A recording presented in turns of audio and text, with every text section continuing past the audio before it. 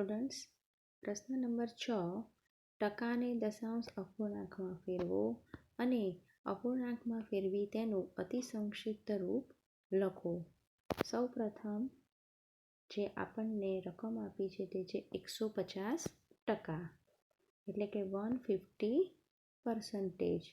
150%ને ટકામાં દર્શાવતી વખતે તેને સૌ પ્રથમ છેદમાં 100 લખવામાં આવે છે, એટલે કે 150/100. અહીં આપણને દર્શાવ્યા છે 150%. ટકાનું રૂપ બદલવા તેને 150 લખવામાં આવે છે. એક પછી બે મીંડા જ્યારે પોઈન્ટ મૂકવાનો હોય ત્યારે એક પછી જેટલા ઝીરો હોય તેટલી સંખ્યાની આગળ દશાંશ ચિહ્ન મૂકવામાં આવે છે, એટલે કે 1ના પછી 2 ઝીરો લખાય છે 100માં, છેદમાં 1ની પાછળ 2 ઝીરો લખાય છે.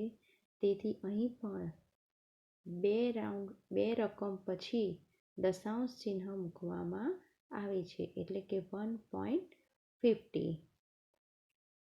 આ જ 150%ને એટલે કે 150%ને અપૂર્ણાંકમાં લખવા હોય તો 150 અને છેદમાં 100. હવે તેનું આપણે છેદ ઉડાડી શકીએ.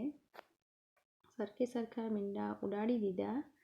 0 2 વડે ભાગ ચલાવી 5 વડે ભાગ ચલાવીએ તો 5 દુ 10, 5 તરી 15, એટલે કે 3 2s. આ રીતે આપણે દશાંશમાં અને અપૂર્ણાંકમાં રકમ લખી શકીએ કે 150ને 100 સાથે છેદમાં કરતા એને પોઈન્ટમાં જેટલા ઝીરો હોય તેટલા રકમની આગળ પોઈન્ટ મૂકીએ અને અપૂર્ણાંકમાં અંશ અને છેદની રીતે જવાબ આપી શકીએ.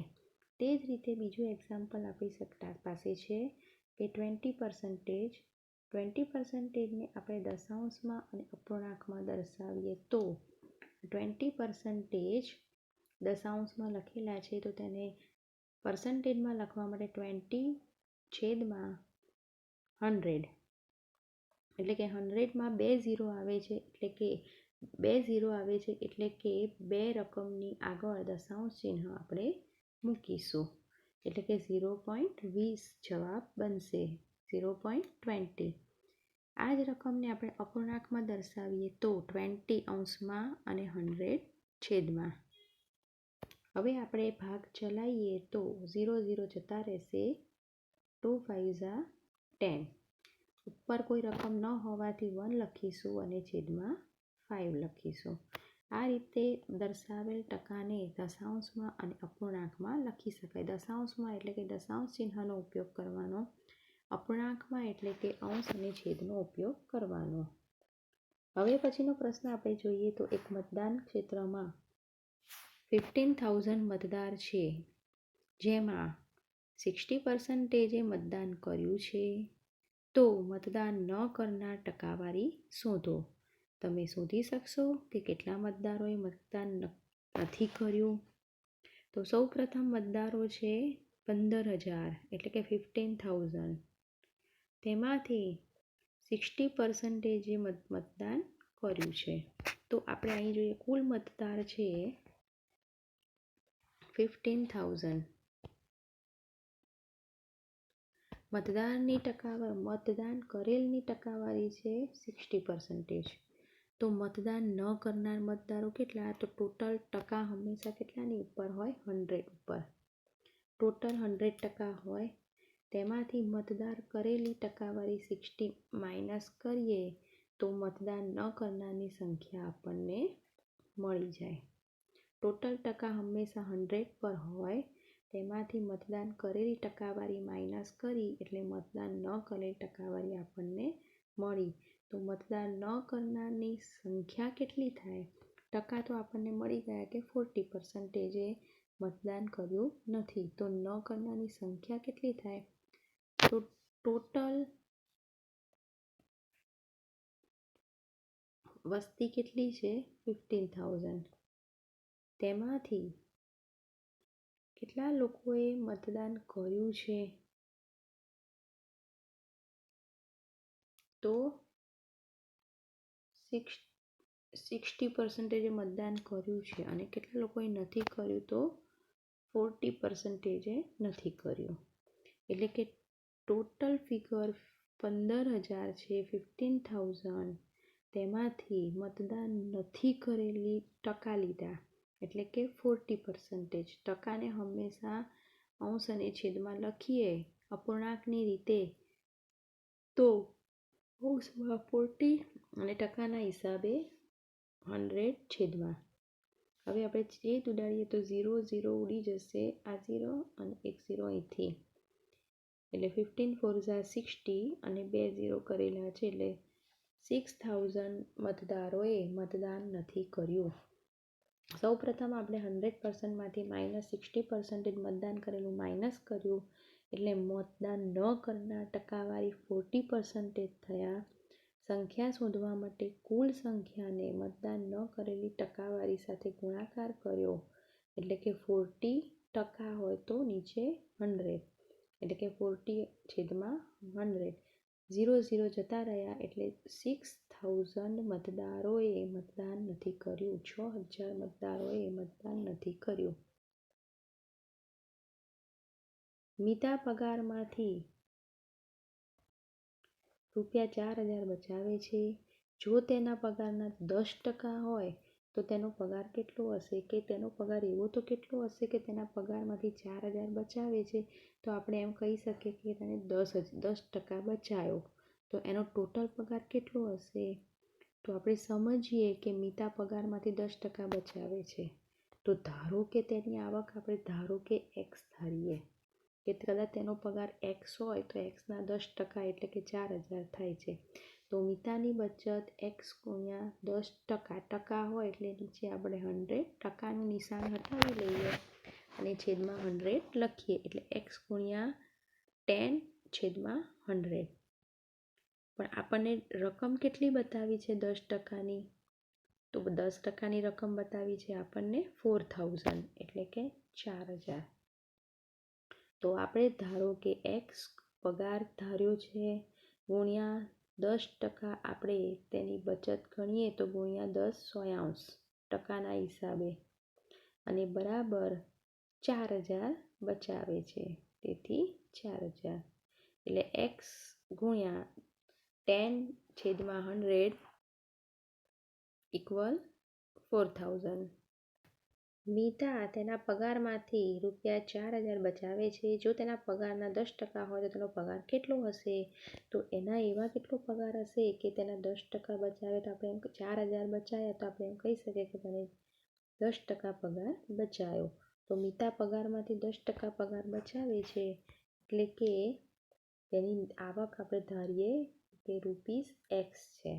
ધારો કે આપણે X એનો પગાર છે, તો મિતાની બચત કેટલી છે કે પગારના 10%, એટલે X ગુણ્યા 10/100. જ્યારે ટકા હોય તો ટકાનું નિશાન આપણે ન દર્શાવવું હોય તો છેદમાં આપણે આપેલ રકમ અને છેદમાં 100 લખી જ દેવાના, છેદમાં 100 લખી જ દેવાના. તો Xના ગુણ્યા 10% એટલે 10/100. પણ આ રકમ આપણને કેટલી આપી છે? 4000. 4000 આપણને રકમ આપી છે, તો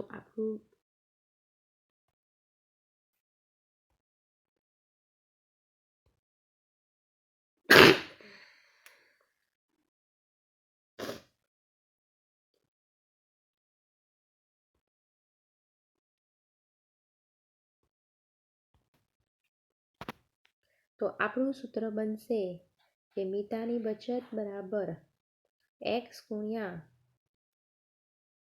10/100. આપણને તો રકમ કેટલી બતાવી છે તેની બચતની?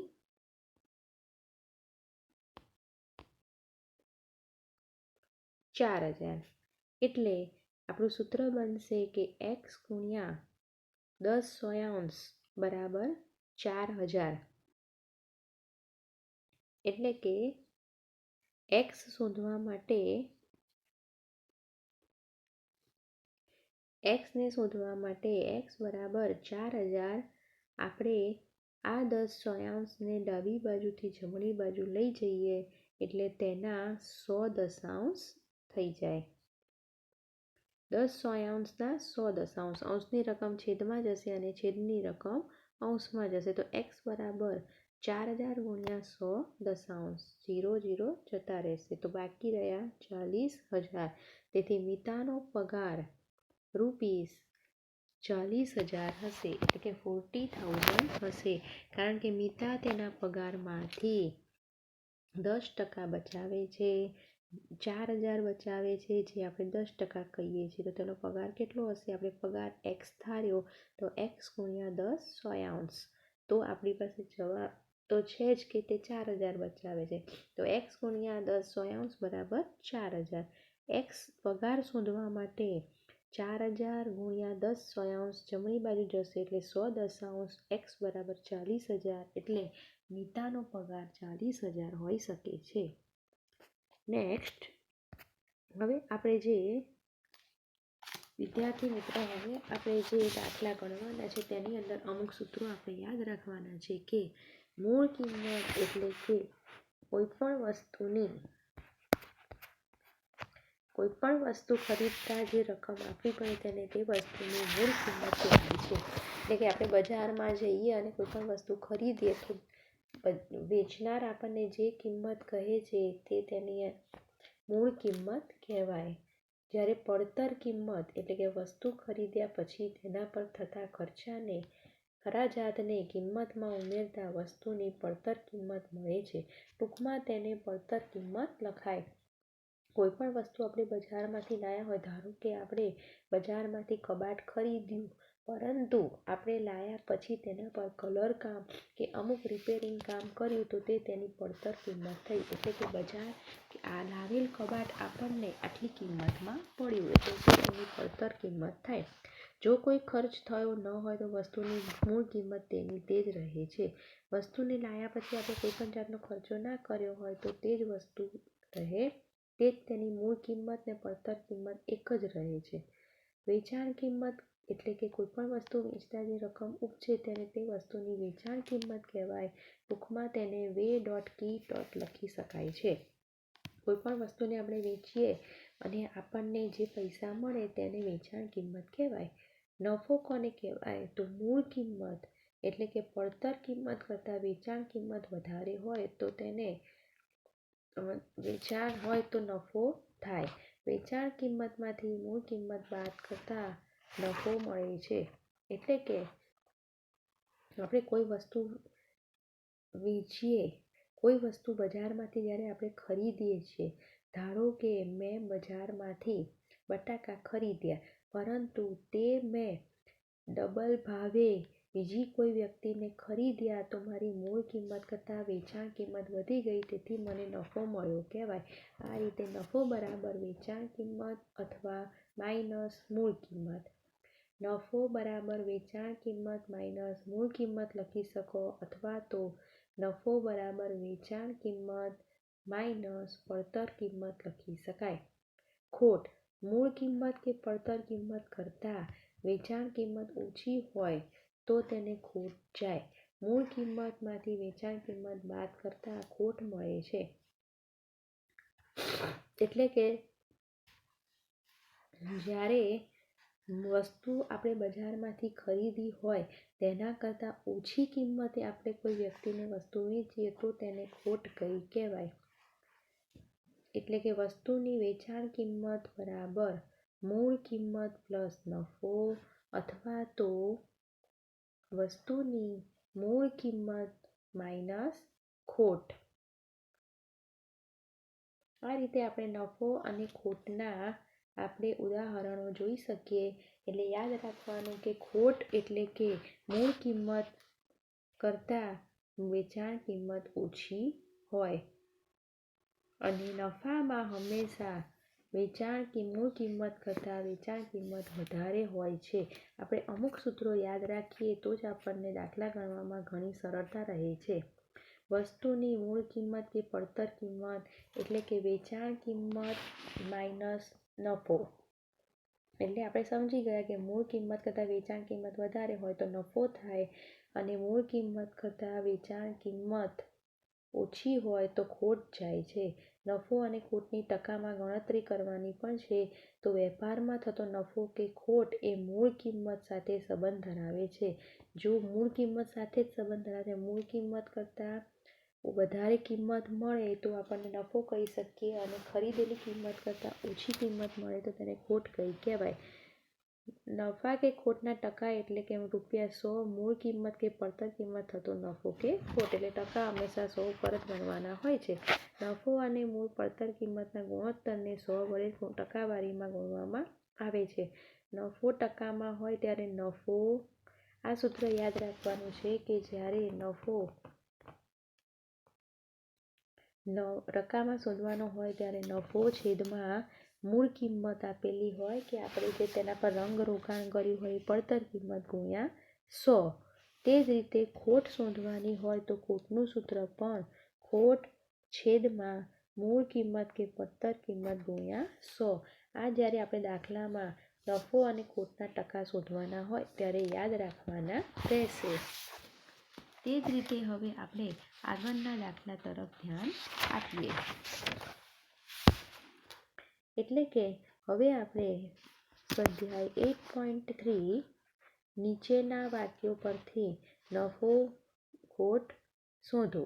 નફાની ટકાવારી અને ખોટની ટકાવારી પણ શોધો. આપણે સૂત્રો પ્રમાણે આપણે નજર કરીશું. તો એક ફ્રીજ ₹12,000માં ખરીદ્યું અને ₹13,000માં વેચ્યું. હવે આપણે સમજી ગયા કે જે ખરીદ્યું તે તેની મૂળ કિંમત થઈ, ખરીદ કિંમત થઈ અને ખરીદ કિંમત તેની 12,000 થશે, જ્યારે વેચાણ કિંમત તેની 13,500 થશે. તેના પરથી જ આપણને ખ્યાલ આવી ગયો કે વેચાણ કિંમત વધારે હોવાથી આપણે ખરીદ્યું એના કરતાં વેચ્યું વધારે કિંમતમાં, એટલે આપણને નફો થયો. તો વેચાણ કિંમત વધારે હોવાથી હંમેશા નફો થાય. તો નફો બરાબર વેચાણ કિંમત માઇનસ ખરીદ કિંમત. તો વેચાણ કિંમત 13,500 છે, તેમાંથી 12,000 ખરીદ કિંમત માઇનસ કરતાં ₹1,500 નફો મળે. ₹1,500 નફો મળે છે. તો નફાના ટકા આપણે કેવી રીતે શોધીશું? તો આપણે સૂત્ર જોઈ ગયા કે નફો છેદમાં ખરીદ કિંમત ગુણ્યા 100. નફો આપણને ₹1,500 છે, પરંતુ તેને ટકામાં આપણે શોધવું હોય તો નફાનું સૂત્ર છે નફો છેદમાં ખરીદ કિંમત ગુણ્યા 100. તો નફો આપણને ₹1,500 મળ્યો છે, ખરીદ કિંમત આપણી 12,000 છે ગુણ્યા 100. તો 0 0 0 જશે, ત્રણેય 0 જશે, એક 0 અહીંયા, બીજો 0 અહીંયા અને ત્રીજો, 3 3 0 ઉડી ગયા. હવે આપણી પાસે જવાબ રહે છે 150/12. તો તેને 150ને આપણે 12 વડે ભાગીએ તો આપણને 12.5 જવાબ મળે છે. 12.5%.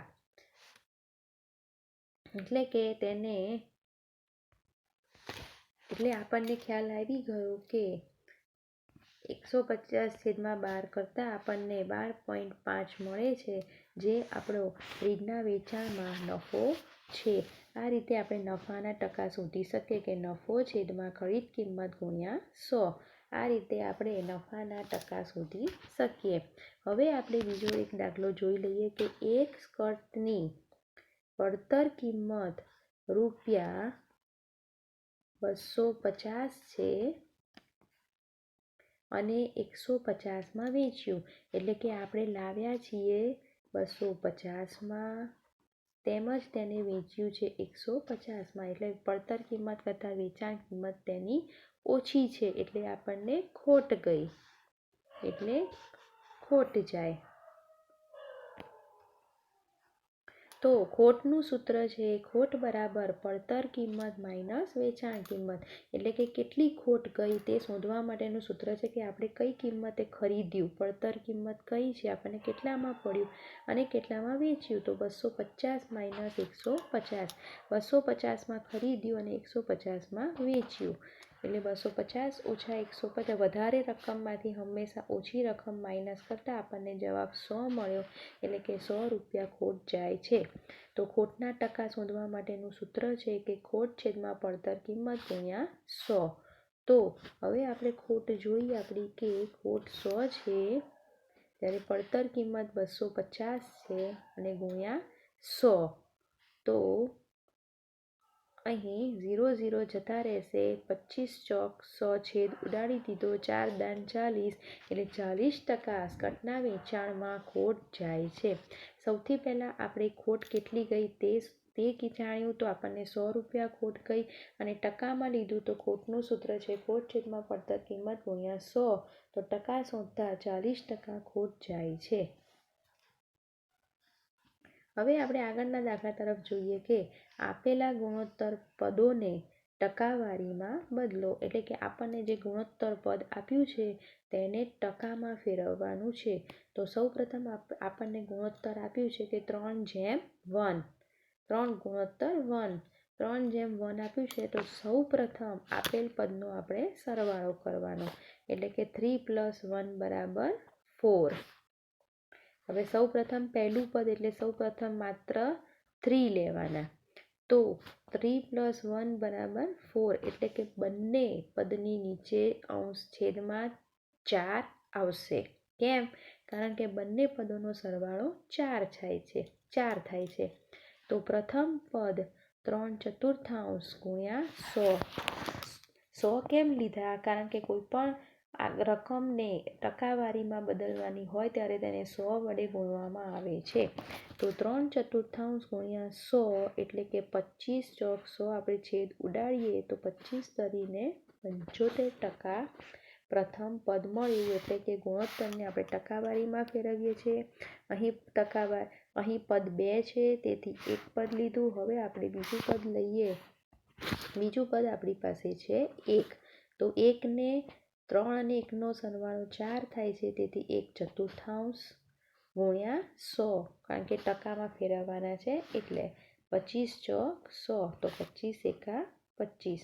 તો આપણું પ્રથમ પદ 75% થશે અને બીજું પદ 25% થશે.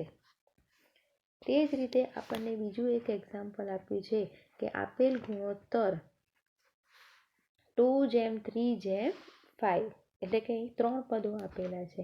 તો અહીં પણ ગુણોત્તર પદોનો સૌપ્રથમ સરવાળો કરવામાં આવે છે કે આપેલ પદ 2 + 3 + 5, તો આપેલ પદોનો સરવાળો 10 થાય છે. હવે ત્રણેય પદોના છેદમાં 10 લખીને તેને ગુણ્યા 100 કરવામાં આવે તો આપણને ટકા મળે છે. તો સૌપ્રથમ આપણે પહેલું પદ લઈશું 2. તો 2ના છેદમાં ટોટલ 10 ગુણ્યા 100 કરીએ એટલે આપણને ટકાવારીમાં મળે 10 દાને 100. તો 10 દુ 20. તો આપણને અહીં 20% મળ્યા. તે જ રીતે હવે આપણે બીજું પદ લઈએ. તો બીજું પદની રકમ અહીં 3 છે. તો 3 એના છેદમાં 3નો સરવાળો 10 અને ગુણ્યા 100, કારણ કે આપણે ટકાવારીમાં શોધવાનું છે એટલે. તો 10 દાન 100 અને 10 તરી 30, એટલે બીજામાં જવાબ આવ્યો બીજા પદનો કે 30% થાય. તે જ રીતે હવે આપણે ત્રીજું પદ લઈએ. તો ત્રીજું પદ આપણી પાસે છે 5. તો 5 આપણું રકમ છે અને 10 ત્રણેયનો સરવાળો છે ગુણ્યા આપણે ટકાવારીમાં શોધવાનું હોવાથી 100 ગણીએ છીએ. 10 દાને 100 અને 10 × 5 = 50, એટલે ત્રીજા પદના ટકા 50% થાય છે. આ રીતે ત્રણેય પદને છેદમાં ટોટલ સરવાળા સાથે છેદમાં લીધું અને ગુણ્યા 100 કરતાં આપણને ટકા મળે છે. હવે પછીનો દાખલો આપણે જોઈએ કે અરુણે એક કાર ₹3,50,000માં ખરીદી છે. પછીના વર્ષે તેની કિંમત વધીને 3,70,000 થઈ છે. તો કારની કિંમતમાં થયેલ વધારાની ટકાવારી શોધો. તો સૌપ્રથમ આપણે કારની સામાન્ય કિંમત, એટલે કે પહેલાંની કિંમત કઈ હતી? તો સૌપ્રથમ તેની કિંમત હતી 3,50,000 અને પછી કિંમત વધી અને નવી કિંમત કઈ થઈ? તો 3,70,000. તો કિંમતમાં કેટલો વધારો થયો તેના માટે નવી રકમમાંથી જૂની રકમ માઇનસ કરીએ તો આપણને વધારો ખબર પડે. તો જૂની કિંમત એટલે કે સૌ પ્રથમની કિંમત એની 3,70,000, મોટી રકમમાંથી નાની રકમ બાદ કરીએ તો કેટલો વધારો થયો તે આપણને ખબર પડે. તો નવી પછી વધારે કિંમત તેની 3,70,000 હતી માઇનસ તેની પહેલાંની કિંમત 3,50,000 હતી. તો કેટલો વધારો થયો? તો 20,000નો વધારો થયો. તો તેનો આપણે ટકા શોધવા હોય તો કારની કિંમતની રીતે આપણને ખ્યાલ આવી ગયો કે 20,000 રૂપિયાનો વધારો થયો. પરંતુ આ વધારાને આપણે ટકામાં માપવું હોય તો ટકાનું માપવા માટે આપણે સૂત્ર મૂકવું પડે કે કિંમતમાં થયેલો વધારો અને તેની ઓરિજિનલ કિંમત. એટલે કે કિંમતમાં સૌથી પ્રથમ કેટલો વધારો થયો? તો 20,000નો. તો પહેલાંની કિંમત કેટલી હતી? 3,50,000 ગુણ્યા 100. તો આપણને ટકા મળશે. આ 2 0 જાય, આ 2 0 જાય. હવે આપણે 5 વડે ભાગ ચલાવીએ તો 5 સિત્તા અને આ 2 0 અને આ 2 0. તો 5 7 35, 5 સિત્તા 35 અને 5 ચોક 20. 0 ના 0. તો કેટલા ટકા વધ્યું? 40/7%. એટલે કે 40/7% વધે છે. એટલે કે 40/7%નો વધારો થયો. તેને આપણે અપૂર્ણાંકની રીતે પણ લખી શકીએ કે 5/7. આ રીતે પણ આપણે તેને લખી શકીએ.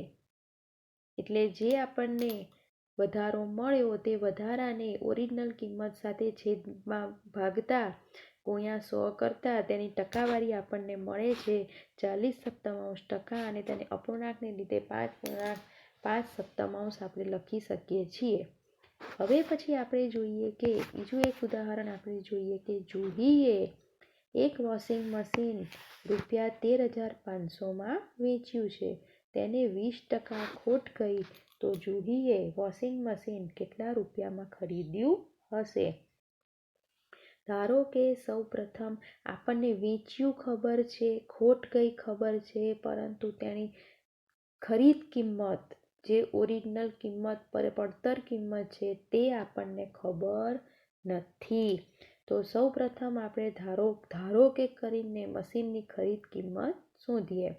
ધારો કે મશીનની ખરીદ કિંમત X છે. બરાબર. હવે આપણે સૂત્ર કરીએ કે ખરીદ કિંમત માઇનસ ખોટ બરાબર વેચાણ કિંમત. વેચાણ કિંમત આપણી પાસે છે, ખોટ આપણી પાસે છે નથી, આપણી પાસે માત્ર ખરીદ કિંમત. તો ખરીદ કિંમતની જગ્યાએ આપણે X માઇનસ ખોટ બરાબર વેચાણ કિંમત. તો X માઇનસ ખરીદ કિંમતના 20% બરાબર વેચાણ કિંમત આપણને આપી દીધી છે 13,500. એટલે X આપણી ખરીદ કિંમત શોધવાની છે તે ખોટની જગ્યાએ આપણે લખી શકીએ કે ખરીદ કિંમતના 20% ખોટ છે બરાબર વેચાણ કિંમત આપણને મળી ગઈ છે કે 13,500. ત્યારબાદ હવે ખરીદ કિંમતના 20% છે એટલે સૌ પ્રથમ X માઇનસ X ગુણ્યા 20/100 છે એટલે તેને 20ની નીચે 100 લખવા પડે. X આપણી ખરીદ કિંમત છે માઇનસ કાઉન્સ કરીશું ખરીદ કિંમતના 20% એટલે X ગુણ્યા 20/100 બરાબર 13,500. હવે સૌ પ્રથમ આપણે છેદ ઉડાડી શકીએ. કાઉન્સની ગુણાકાર વચ્ચે જ છેદ ઉડાડાય, સરવાળા અને બાદબાકી વચ્ચે છેદ ઉડાડાય નહીં. જ્યારે બંને વચ્ચે ગુણાકારનો સંબંધ હોય તો જ છેદ ઉડી શકે. તો 20/5 100. તો સૂત્ર બનશે કે X માઇનસ X/5 બરાબર 13,500. કારણ કે ખરીદ કિંમત X ધારી છે માઇનસ કૌંસમાં છેદ ઉડાડતા x પંચમાંશ વધે છે બરાબર 13,500. હવે આપણે સૂત્ર બનાવીશું. સમાન રકમ બનાવવા માટે આ 5ને આપણે ઉપર લઈ જઈશું. તેને માઇનસમાંથી ડાબી બાજુથી ઉપર છેદમાંથી અંશમાં જતા 5 ઉપર જતા રહેશે. એટલે 5x - x છેદમાં 5 બરાબર 13,500.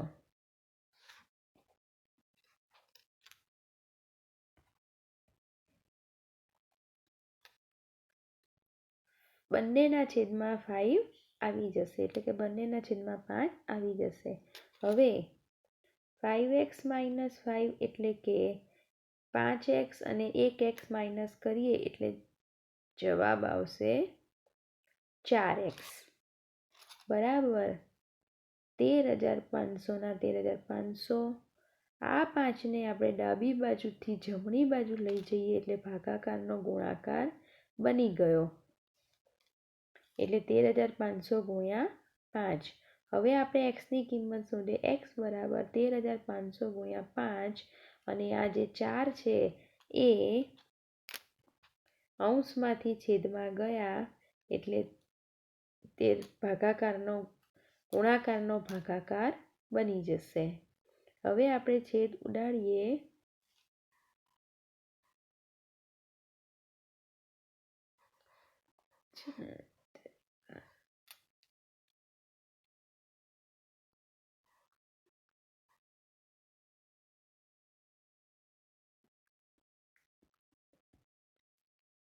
ઓકે, 3,375 ગુણ્યા 5.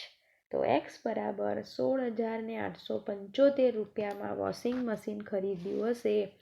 ફરી એકવાર આપણે જોઈ લઈએ કે સૌપ્રથમ આપણને દર્શાવ્યું છે વસ્તુની ખરીદ કિંમત x ધારી છે, વેચ્યું છે 13,500માં અને તેની ખોટ છે ખરીદીના 20%. તો સૌપ્રથમ ખરીદી x ધારી, xના ખરીદીના 20% એટલે x ગુણ્યા 20 100 અંશ બરાબર તેની વેચાણ કિંમત આપણને આપી છે 13,500. કૌંસમાંથી આપણે છેદ ઉડાડીએ એટલે 20 × 100 બનશે. 20 × 100 બનશે એટલે x - x છેદમાં 5 બરાબર 13,500. ઓકે, હવે આ 5ને આપણે પર લઈ જઈશું એટલે 5x - x છેદમાં 5 બરાબર 13,500. 5x માંથી 1x જાય એટલે 4x બરાબર 13,500 અને આ 5 ઉપર અંશમાં જતા રહ્યા એટલે તે ગુણાકારમાં થઈ જશે, ભાગાકારનો ગુણાકાર બની જશે. 4x હવે આપણી પાસે સૂત્ર રહેશે 4x બરાબર 13,500 ગુણ્યા 5. તો x શોધવા માટે આપણે 4ને અંશમાંથી છેદમાં લઈ ગયા તો 13,500 ગુણ્યા 5 છેદમાં 4. અહીં અંશમાં હતા અને અહીં છેદમાં. જમણી બાજુ જાય એટલે અંશનું છેદ થઈ જાય અને છેદનો અંશ થઈ જાય. હવે છેદ ઉડાડતા જવાબ રહેશે કે x બરાબર 3,375 ગુણ્યા 5 બરાબર 16,875. તો વોશિંગ મશીન 16,875માં ખરીદ્યું કહેવાય.